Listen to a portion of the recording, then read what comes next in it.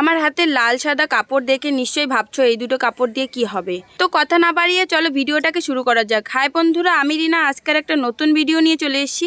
লাল কাপড় দিয়ে ব্লাউজ তৈরি করব আর সাদাটা দিয়ে পেটিকোট তৈরি করব। তো সবার প্রথমে আমি আস্তরে ঠিকঠাক করে মাপ দিয়ে কাটিংটা করে নিলাম। এরপর আমি হাতা কাটিং করে নিচ্ছি।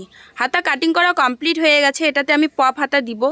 এরপর আমি আস্তরের উপর কাপড়টা বসিয়ে কাপড়টাকে কাটিং করে নিব। আমার কাটিং করা কমপ্লিট হয়ে গেছে। এদিকে আমি পেটিকোট কাটিং করে নিয়েছি। দেখো বন্ধুরা, আমার কাটিং করা কমপ্লিট। এরপর আমি সেলাইতে বসে পড়েছি। সবগুলো পার্ট একসাথে করে জোড়া দিয়ে পুটগলা জোড়া লাগিয়ে হাতাগুলো লাগিয়ে নিই। আর এদিকে ফিতাগুলো তৈরি করে নিচ্ছি। তারপর আমি পুটগলা সেলাই করা কমপ্লিট করে হাতাগুলো জোড়া দিয়ে দিলাম। ব্লাউজ সেলাই করা কমপ্লিট হয়ে গেছে। এদিকে আমি পেটিকোট সেলাই করতে বসে পড়েছি। পেটিকোটে পট্টি লাগিয়ে নিয়ে এরপর আমি ব্লাউজে হুকের ঘর হুক লাগিয়ে নিব।